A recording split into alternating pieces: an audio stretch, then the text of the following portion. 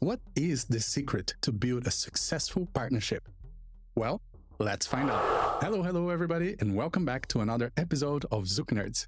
My name is Alisson Sandi, and today with co-hosts Gui Prada and Adayl Iost, we're going to be talking to Pedro and Ana, two beautiful artists from Rio de Janeiro who live now in Toronto, Canada, and they will be sharing some of the secrets, struggles, ups and downs, and everything that they've been through in the last few years in building this amazing partnership that they have. So, let's go!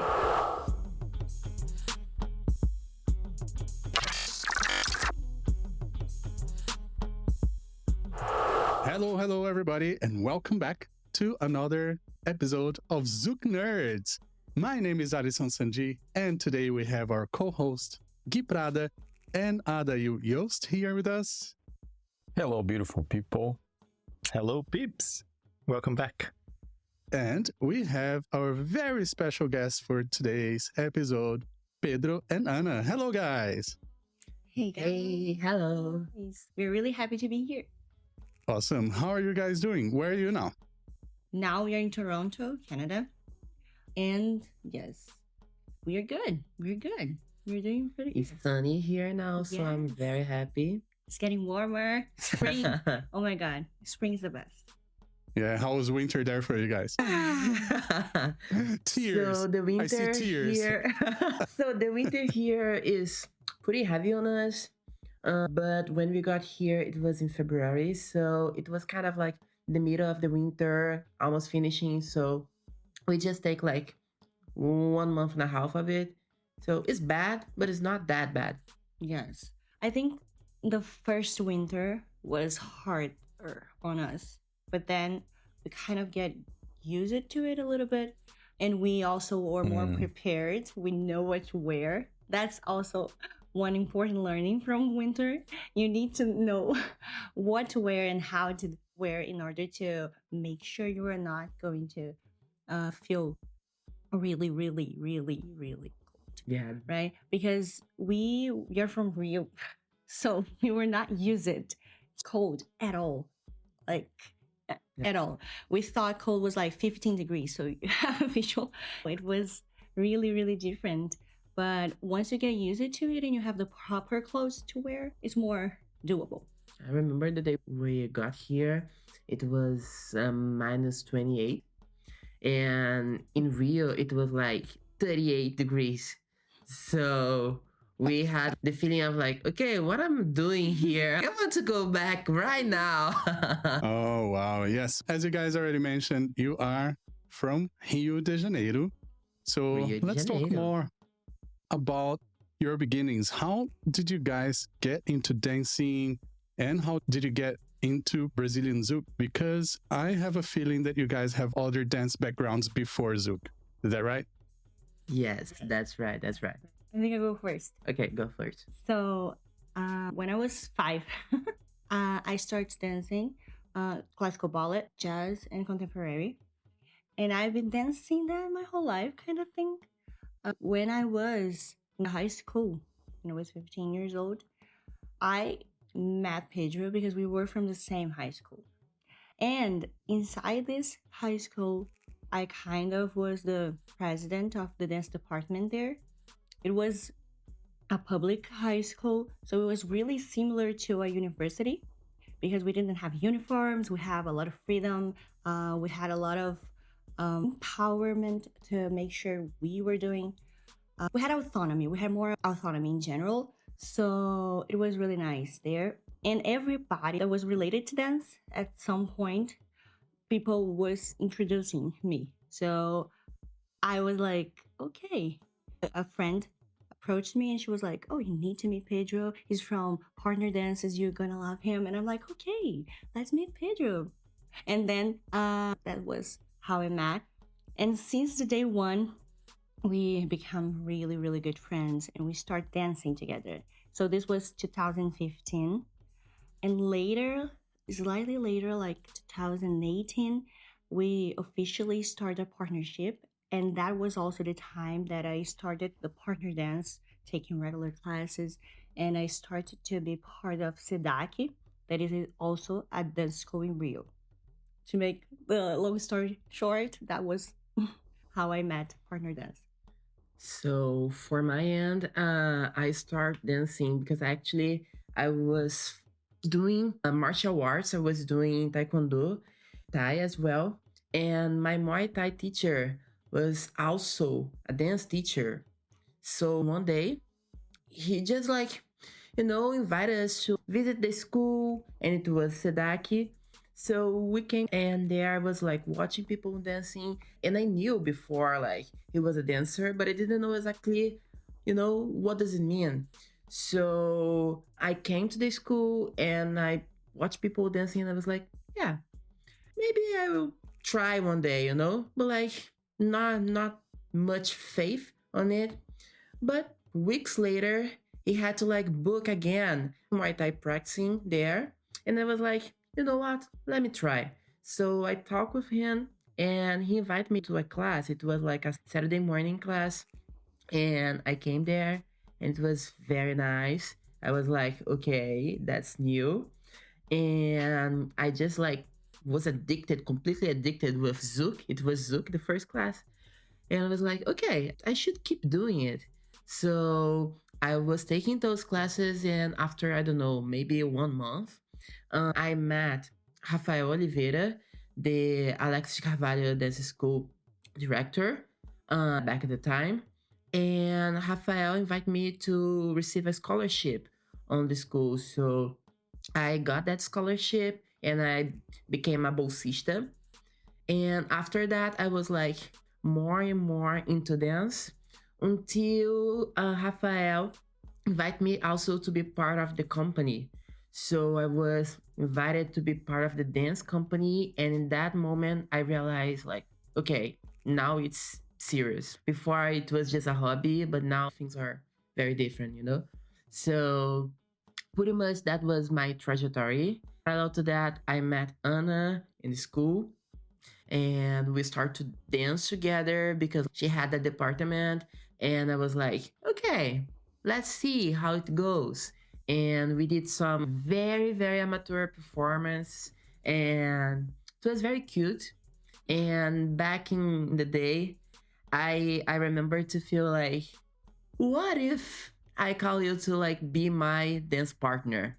Even though I was like, I had no idea what does it mean, So I invited her to be my dance partner. And some months later, after our first performance, I introduced her to Rafael. So she came to Sedaki as well. And she got into the company as well. And then things start to like run more smoothly for us, professionally speaking. Yeah, and can you give us the timeline of that? When did all of that happen?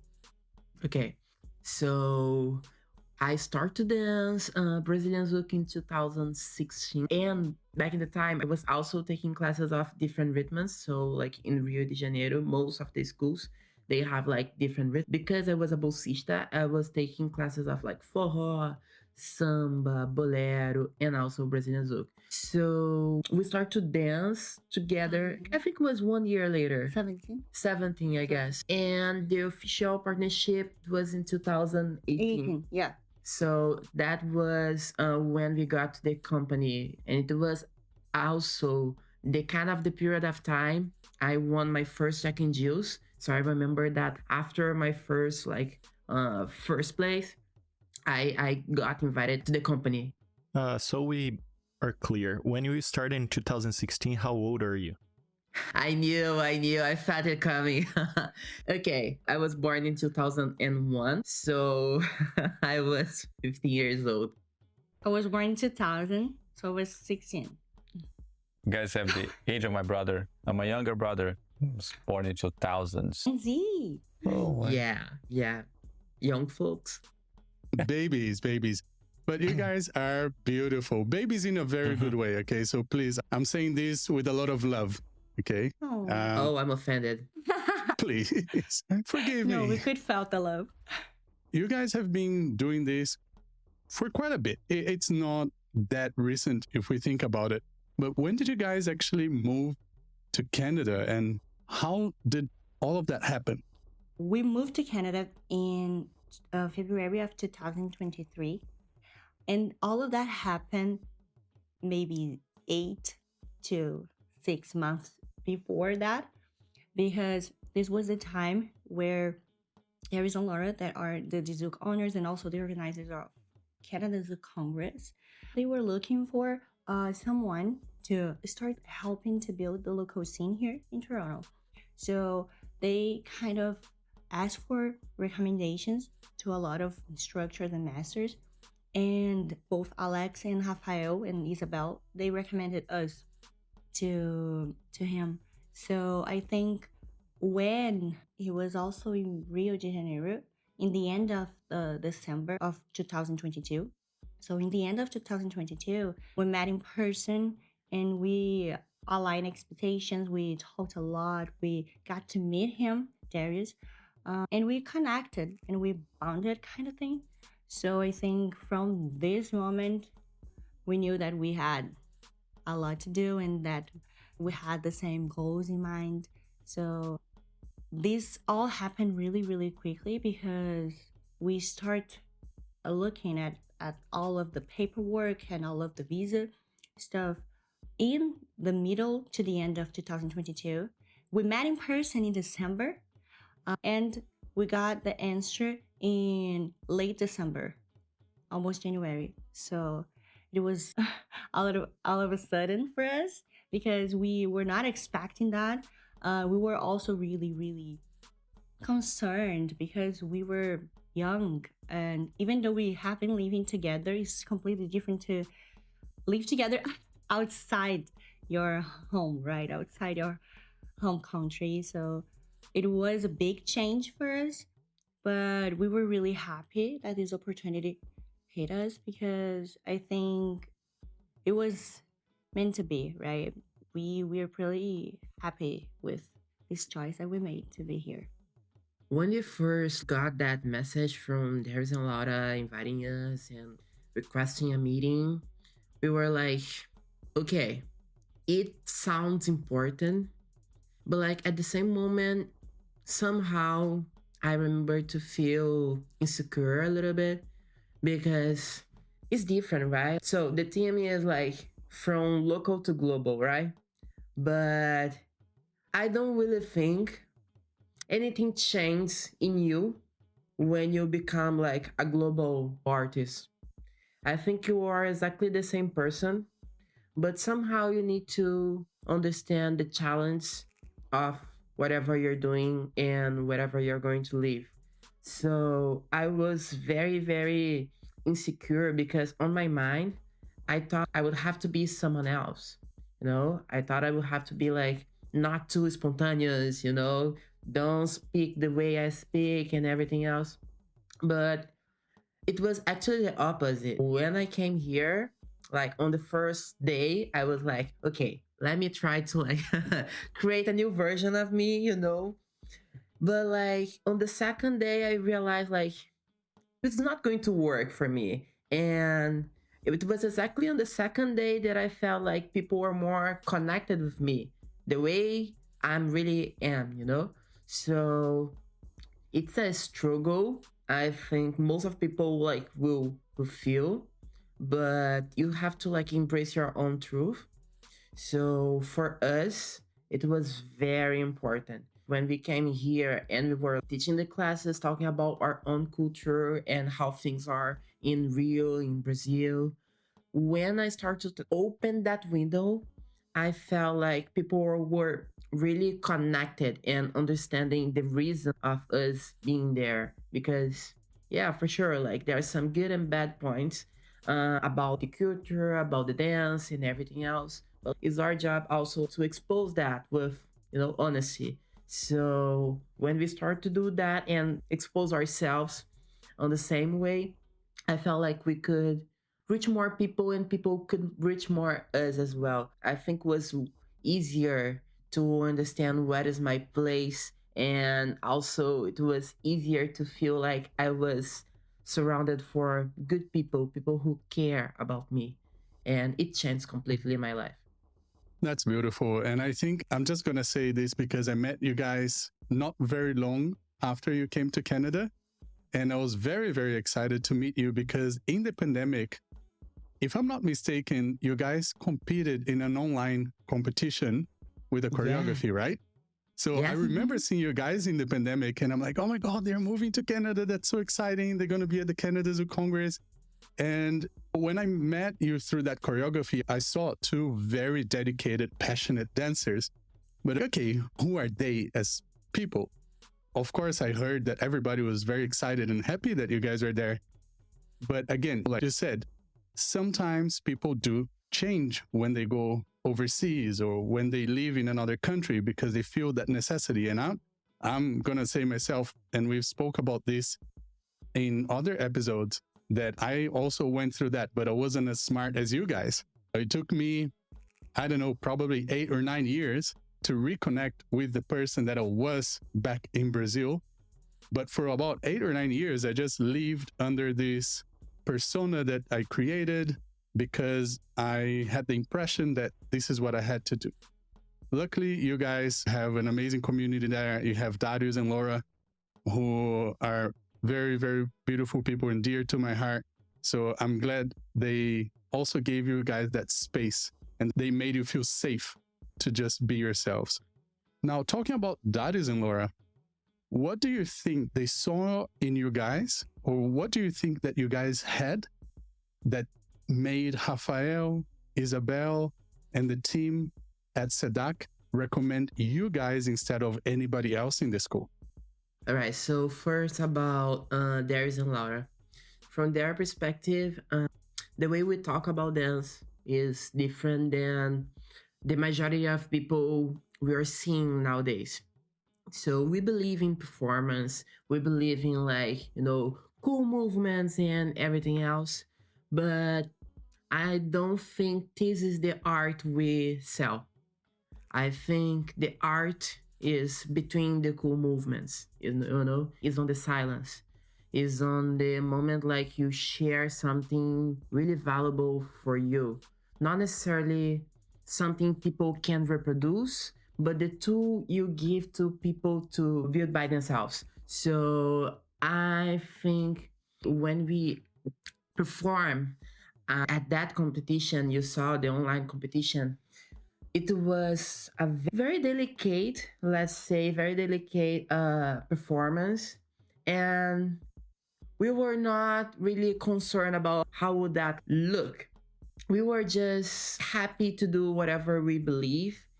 And even though the vibe of our show was different, you could see we are studying, we are doing what we have to do to keep the Brazilian Zouk inside of the core of the routine.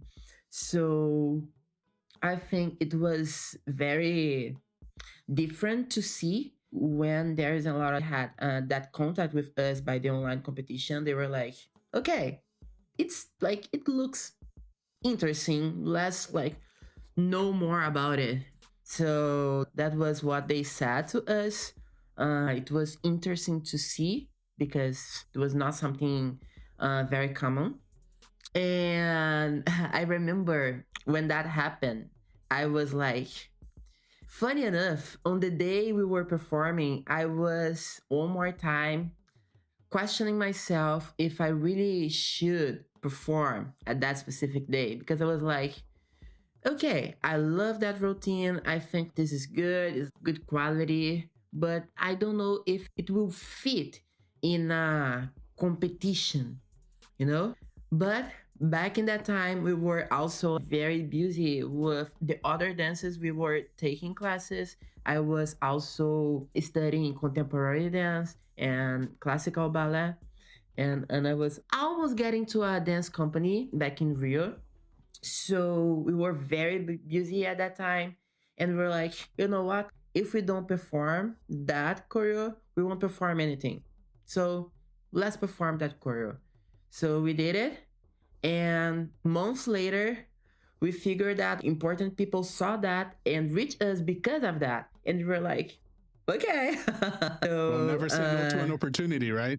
Always be available, always be happy to take risks. Yeah, I think that was the perspective we got from Darius and Laura. Do you want to talk about like I think- Rafael? I think that's so interesting. I guess Rafael and Isabel, they know us deep, deep, deep, deep in our hearts because they are the most important people from the dance for us.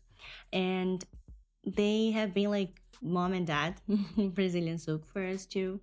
So they see and they have been watching how our journey through Brazilian Zouk has been, and also they can tell we are really passionate about the culture, our culture.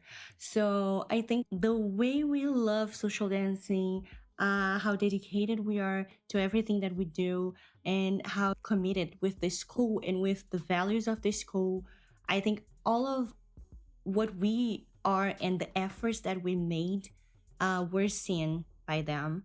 And because they are really, really sensitive and special people, I think they acknowledge that once someone asked them, which couple would you recommend? So I think they took all of this in consideration, and I'm really grateful to have them as my Zouk family because I've learned so much from them.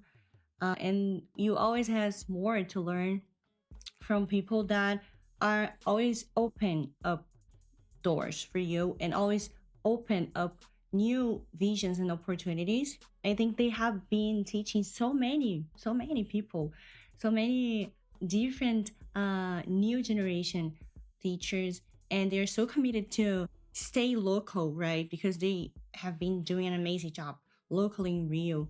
So I think all of those values we kind of learned from them, and because they could see how we appreciate that, I think they probably recommended us for those reasons too.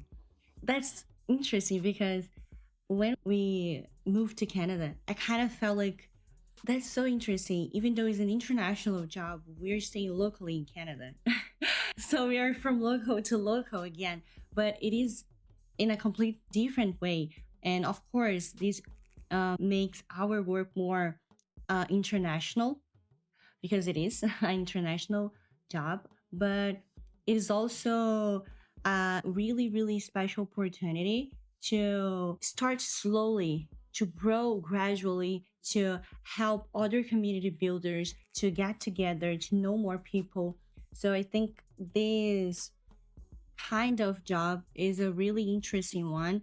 Is the hard work, right? Because there's no big scenes, there's no a lot of tons and tons of intermediate and advanced dancers. There's not the glamour part sometimes. It's just the hard work. But I think it's worth it in the end of the day because you see that you're spreading the Zouk, Brazilian Zouk love, you're spreading your culture, you're spreading your values. And I think people, they feel way more that they belong when they find a warm and loving community. So I think that's the most important for us, to try to give a little bit of what we received to make sure they feel a little bit of Rio when they are in Toronto, and they understand how warm we are, they understand how cozy and interesting can be part of this. So I think the special flavor that the Brazilians bring are something that we're trying to keep. So we want to keep our roots with us, we want to keep our values with us, and we want to spread that love in a way that people feel that they can belong and connect. As more we stay here in Canada, more we understand, we really understand the meaning of the local community. Because sometimes when we think about local community, we think like, okay, it's like a tiny group of people who's into Zouk and blah blah blah, and they may like, okay, take some classes, sometimes they don't, sometimes they won't like validate you as like the international artist and blah blah blah. But like they are the same guys who will be with you when you need to feel a family, a hug. They will be the guys who will like really support you in the hard times. So we saw, for example, on the pandemic time, it was hard for everyone, right? Everyone. But like the small local communities They were there doing online events and trying to reinvent themselves to make it work. And most part of it was because they knew the artists were struggling in that time. So it's very nice when we understand and acknowledge how important is the local scene. The local scene is pretty much what will feed the big events because like if you don't have like Absolutely. 25 local scenes, you don't have an event with like 400 people, right? So we Absolutely. believe on it and we are very, very happy to have something here to help to grow, help to build. Well, you guys are happy, and I am 100% sure that the Toronto community, Canadian community, North American community is very happy to have you guys and to have you guys super close to us. So thank you for coming and thank you for accepting this invitation from Darius and Laura. And I completely agree with everything that you said about Rafael and Isabel as well. For those of you who are listening and watching who don't know, they are two of the best and most experienced mentors, coaches, dancers in Rio de Janeiro. So next time you go there, please pay them a visit. Okay. But people, I do have a question for you as well. So we were talking about that recommendation, and I would like to know how is for you to have a mentor. If you had like a mentor in your dance journey, who was that person for you? Like how it worked? Oh boy. I think to respond to this question, we're gonna need 3 episodes, one for each, one for Alisson, one for Adayl, one for me. But before that, I wanted to say a couple of things about what you guys said before, because like Alisson, I completely agree. I'm very biased about everything about you guys said in terms of working in the front line, working in the local community, teaching students every week. I think for me, that's one of the most beautiful jobs. After being exposed to teaching every weekend and the weekenders or teaching at festivals on a consistent basis, every time I would go back to the community in DC that I was teaching, I would feel a different kind of joy about seeing people progressing. And like you guys saying, the local communities feed the festivals. And of course, it's a very important job. And I love the aspect of the culture that you guys were mentioning.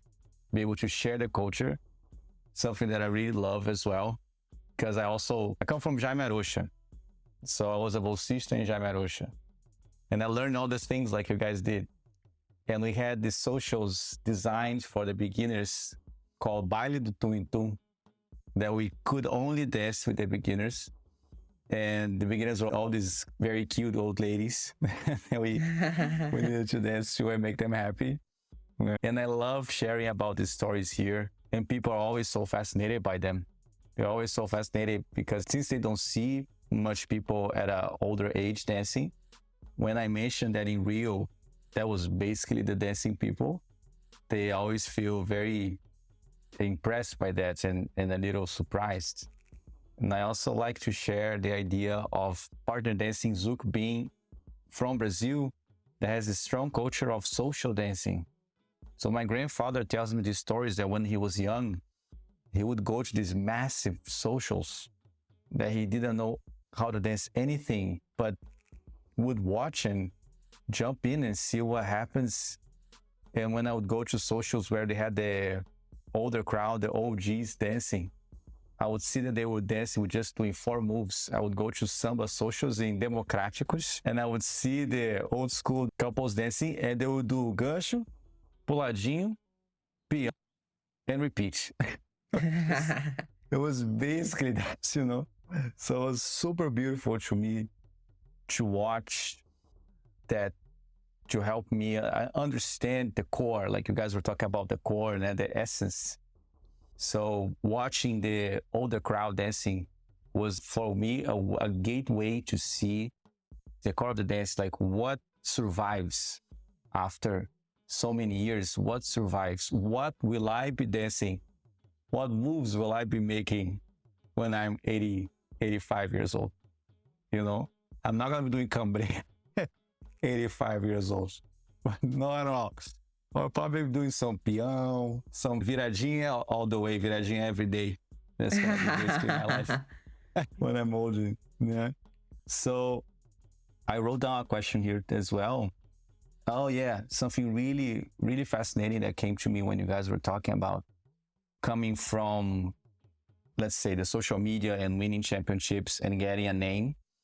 And then you go to the local scenes, and in the local scene, the beginner has no idea who you are. The person who is coming to class has no idea who you are. So you have that unbiased, very new set of eyes.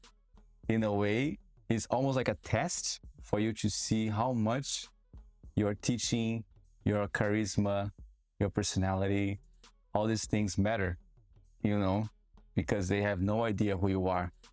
And traveling to these places around the world where I stayed for a month teaching locally, I got to experience that again.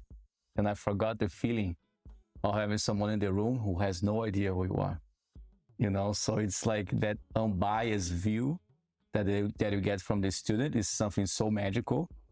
And for me, as an instructor who wants to always improve my teachings, that's a way that I see if people are really listening to me because I'm Gui, or if they're really listening to me because what I'm saying matters to them, is interesting, you know?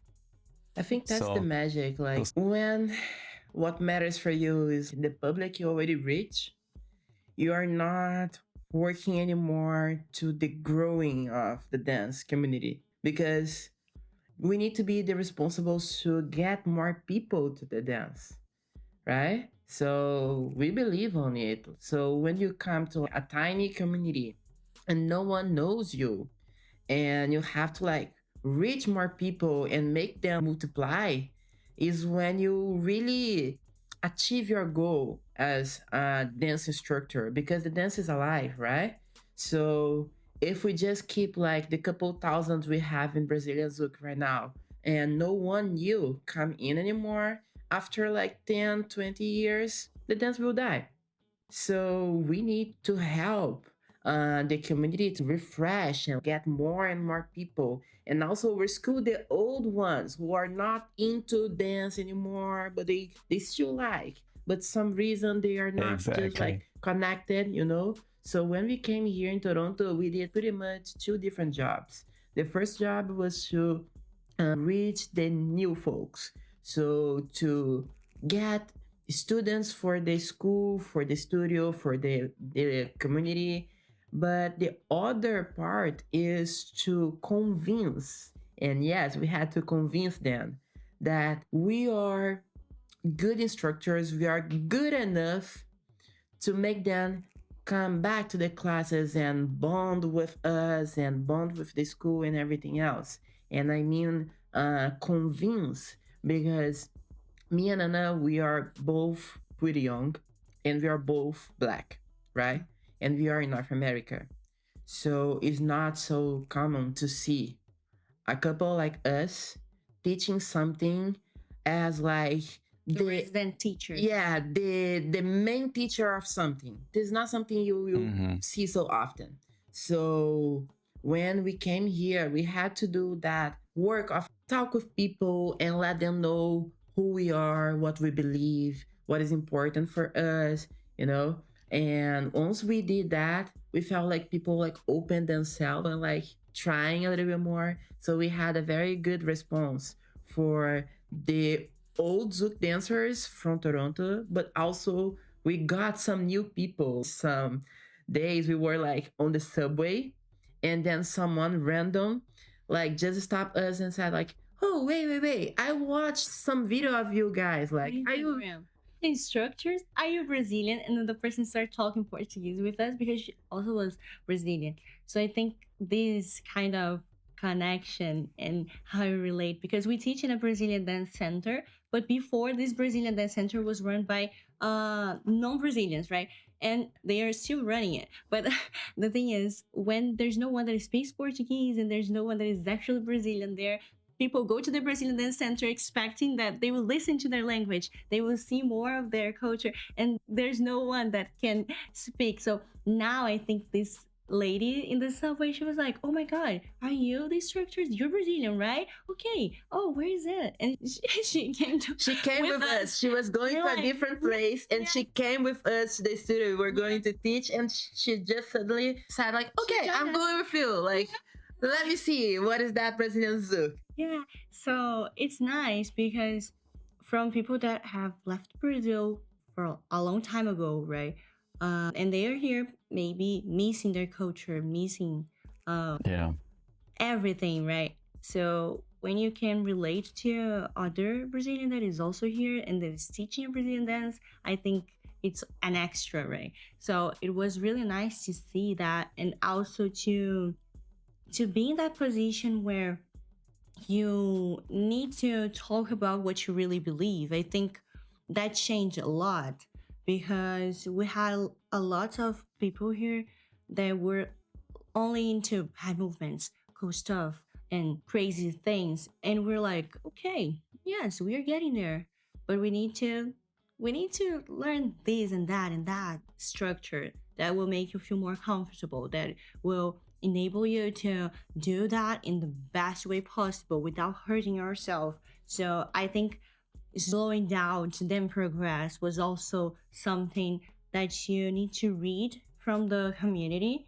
And sometimes you need to give a little bit of what they want, but also what they need. So I think this balance is something that you start to do when you really want to make sure they will have a good experience.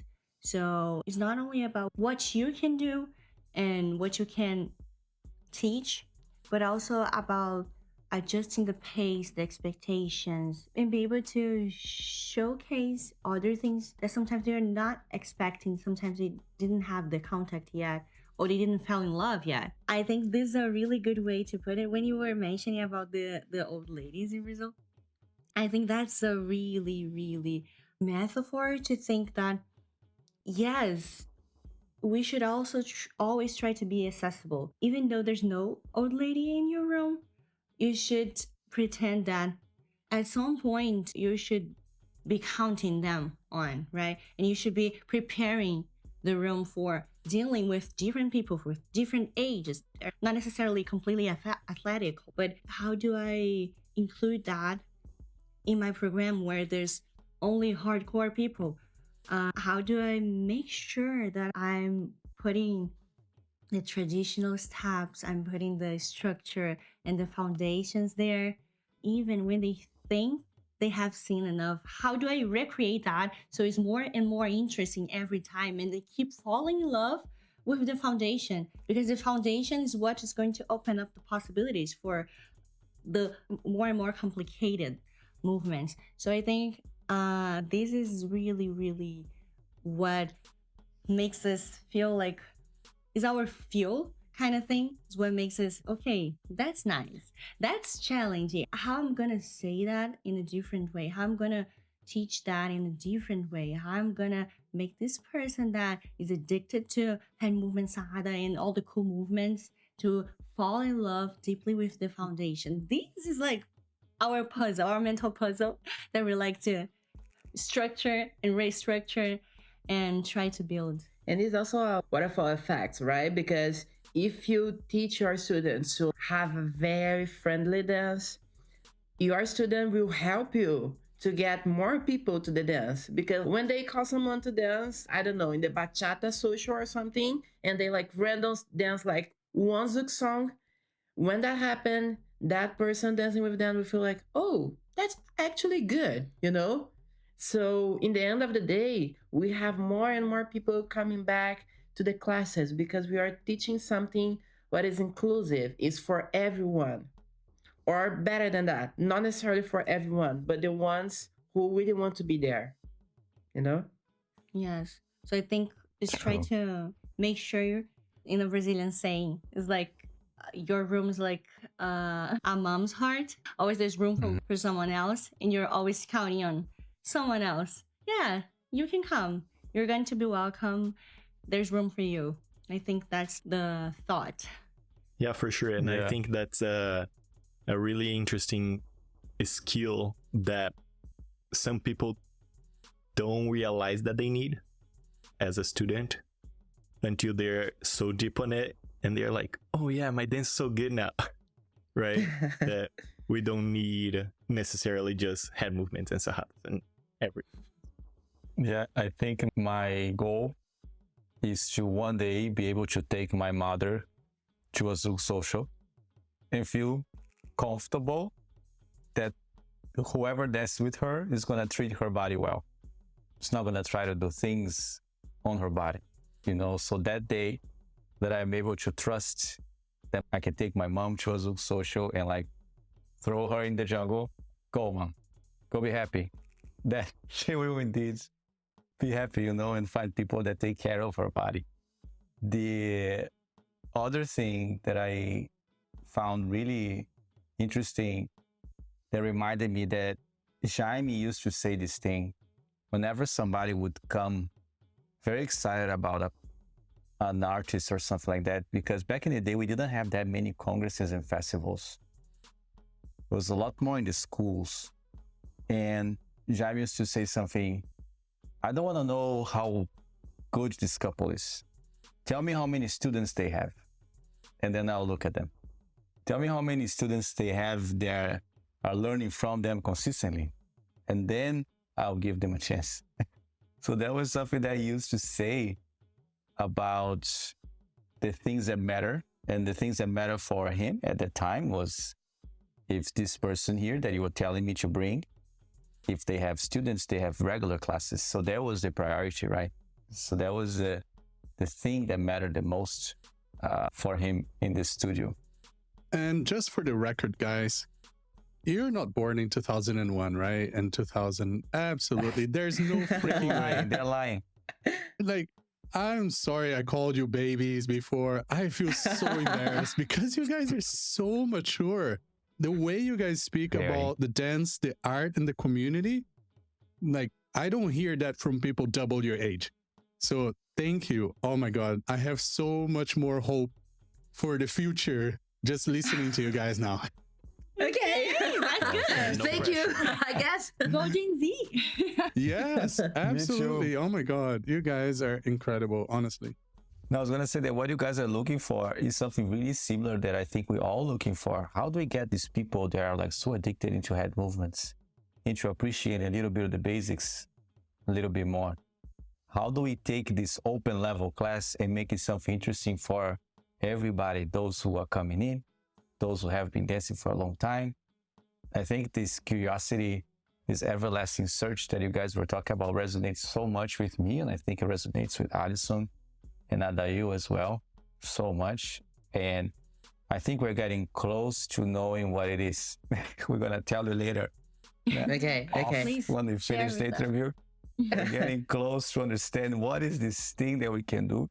And we get some hints of it because sometimes our students in DC, they go to different places and they're dancing with the people. And the person is like, oh my God, this thing that you're doing is so nice. What is it that you're doing? And they are doing something they learned in our Fundamentals 1 class, which is like after our basics classes. So the person who was very experienced with head movements and stuff is asking our beginner-ish student, how do they know these things? Where they learn these things? And they learn in the fundamentals class. So Yes. it's very amazing to hear that. It's like reinforce, I think, this understand that we have of what is it that is important and what is it that is also considered cool, interesting, engaging. Yes. Absolutely. And I think we should talk more about that. And also, I have not forgotten your question, guys. So we will be talking about Yes. that question. But right now, let's take a quick break and we will be back in the next episode to answer Pedro and Ana's questions and so many more. So if you guys are listening and watching to this, come back to the next episode and we'll see you there. Bye for now. Bye. Bye.